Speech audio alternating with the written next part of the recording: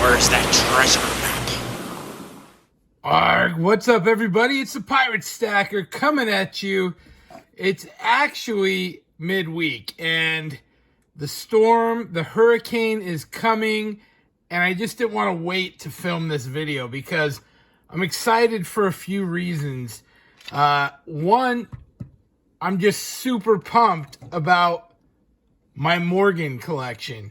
Now, it wasn't that long ago that I was anti anything to do with old numismatic coins. I was all stacker all the time. And I couldn't ever foresee that changing. Like, literally ever. And I don't even know what happened, but this switch just clicked. And it just became a thing where I saw the light. You know, silver and gold, it's awesome. It's fantastic. I love stacking it. But, you know, once you got it, you got it. And you get a lot more of the same thing. And that's cool too, I guess. But, you know, junk silver kind of segued me into the numismatic world. I loved being able to take, you know, a roll of something and hold it in my hand and not worry about, you know, hey, is this going to smudge? Is this going to tone? Is this going to anything? You know, I could just take them and hold them. And I love that about it. And I also love the idea of the history behind it. You know, this was in someone's pocket. They paid for something with that. So that to me was always a very cool concept. And I saw the Seated Liberties set, and I think that was the beginning of the end because I was enamored with it. I mean, that set just grabbed me. And when you start putting together the fact that you get these old coins, they're disappearing quickly, what do I want to pass on to my kids? You know, we talk about passing on our collection, our stacks to our family. Like, that's the ideal scenario. You know, we'd all like for us to be able to leave something beyond, you know, once we pass on, leave something for our posterity. And so it was really one of those things where it just clicked. If I was leaving gold or silver, yeah, that's cool. You know, your kids are like, all right, whatever. But you leave an old coin, a 200-year-old coin, that's something they've never even seen before. And that's thought-provoking. That is something that is going to mean something. You know, that may become a family heirloom. That may be something that passes down to their kid and their kid after that. And that is a really cool concept for me. And as I've been collecting the Seated Liberties and some other old American coins, British too, I got roots to England, so the British coins ring my bell. I have started to gain an appreciation for the mighty Morgan dollar. This I have overlooked. In fact, I have had numerous of these in my stack at one time. Literally traded them all away. Literally. And it was so dumb because they're so awesome. And, you know, I look back on that and I'm so disappointed because I was selling really good stuff for like $20. This was before the whole craze and everyone's after them now.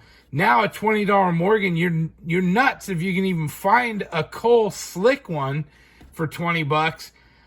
Well, I've done pretty good, pretty much the next best thing. Everything you see here, I've slowly been acquiring.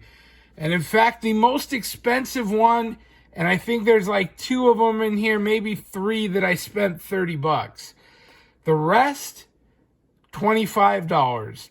A couple of $28, $23. That's pretty cool. And, you know, I went through, not even realizing what I had. You know, I went through my 2022 Red Book, which, by the way, these prices, they're already obsolete. If you are looking for an up-to-date thing, I just got the app, the PCGS Coin Finder, something like that. It's been fantastic. You can immediately on your cell phone look stuff up. It gives you comps for what's been sold. But this is what I've gained. And, this is a fair little list. And it's exciting because a couple of these are fairly rare. 1878, 7 feather second revision. When you're able to open up your book and look at a coin and there's a whole list of feathers and revisions and this and that, and you get to pick out and find your coin, that is cool. Super cool. Not to mention these CC grabs. Approximately 80 and 120 bucks. Look how rough. But Carson Cities are collectible. No matter how you look at it, people want them. They're rare. And so that's very cool too, So I'm slowly getting this little collection going, and it's a lot of fun. And of course you find them in all different grades, and most of them are just typical. Now I did a thing recently, and I don't know that it's the right thing or the wrong thing, but I got these 38 millimeter capsules, these airtight capsules for them. And I know, like, the flips are cool because I can immediately identify what I'm looking at. And that's smart, I guess. But I want them all. I want to stack Morgans to the roof. There are so many versions, variations, years, all of that stuff. I want to stack them to the roof. And so I want to start filling capsules full, but I want to keep them in good shape. And so what I've decided to do is get the capsules, and I'm going to fill some tubes. Basically, in my mind, and tell me if this is dumb, because, I'm not nearly as good as you guys with all this stuff. But in my mind, I put it in a capsule, and now it's going to be safe, right? Yeah, I just put my smudgy fat fingers on it. But I put it in a capsule, and boom. That's done. That's cool. And I can start filling up my tube here. And I think that's neat. Also very fun, right? And again, when you get these for 25 bucks, it's like, how can you go wrong? To me, it's just the fun of getting it in, getting something that you can look up in your red book, enjoy it, touch it, hold it, and I'll tell you what, these are only going up in value in my eyes. Now, look, I'm not a numismatic genius. I'm just not. I stack what I like. I collect what I like, and I definitely am becoming much more of a stack-elector than what I was started out as. And at this point in time, I don't mind that at all. And look, even this ugly, gravy, messed up, it doesn't matter. It's cool. It's still cool. It's going to be cool. That is going to be desired for years to come. And hopefully 10 years from now, it looks just as cool. And here's the thing.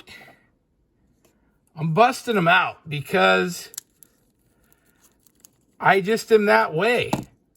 And it's probably the wrong thing to do. Tell me what you think about this. Are these going to get lost being in the shuffle? They may, and I have thought about that. I do intend, once these get to be about $100 in value, I'm going to start sending those in to get slabbed. I know that's stupid, but in my mind, that's just going to cement the value in. Fish actually just did a video about locking in the value and making it so that there is no discrepancy. This is not going to get mistaken for a regular Morgan we're going to have it slabbed and graded so they know exactly what the value of that is. And it's going to keep it good forever and ever and ever and ever. And so that's what I'm going to do with my Morgans. Now, I got to tell you, it is very rewarding seeing this tube start to fill up. And the other way of figuring out if you're some kind of stacker or a collector is when I stacked, I never had lists like this to take with me to coin shops. You know, I'm going to be looking for stuff that I've got and stuff that I don't. Now, right now, I've got duplicates. That doesn't bother me at all. It's all value to me. And but I am going to be looking in the future for things that I don't have on my list so that I can pick those up and get them into my collection. This is very much a collection for me. And, you know, I get it. Like, I might just be dumb putting them in these things, but to me, it makes sense. And you know what else? I just love filling up a tube, right? You fill the tube, you put a cap on it, boom. I want to go to my buddy's house and show off some loot. Hey, you want to check out my Morgans? Boom. Touch them, feel them. Anyway, tell me your thoughts, guys. Thank you for watching. This is my Morgans video. I had a great time. Hope you enjoyed the show. Keep stacking. Keep on collecting. We will see you all next time. Pirate out. Arg.